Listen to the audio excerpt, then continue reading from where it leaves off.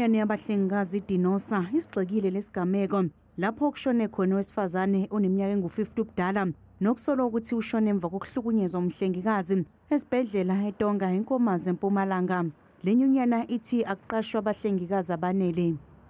SiyiDinosa i-union yamanesi eMpumalanga siyasibona lesamukelo sendeke eTonga mara sine siyi-union similana nalamanesi sisho njalo ku-Department of Health sithi ayiqashe amanesi lamaningi ngoba uma ucheka le story ulanzelela kusikwendekeleni utobona ukuthi lo nesi lobe kufuneka aphakamise le patient bekayi-1 lapha ewadini uze wa-assista ngelamanye ama-workers kusaphakamise le patient, but if staff besisiningi i-patient betobe assisteka faster than the way assisteke ngakhona.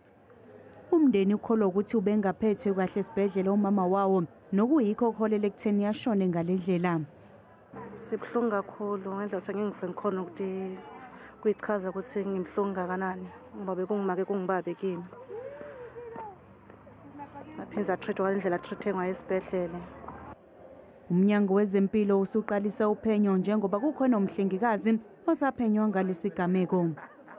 Kanzi futhi nalo nurse lo banzakanyako so uthathe i-leave ya 2 weeks and futhi lenzaba sesireportena ku nursing council ukuthi nayo ibuke ukuthi idila njani nalesimo ngalokho khathi kwendeka sendene autopsy sebenzana nemaphoyisa. I-autopsy ngiyo lento sitshela ukuthi ingabe yini imbangela yokushona kwakhe lokhu uhambisana together nale disciplinary process.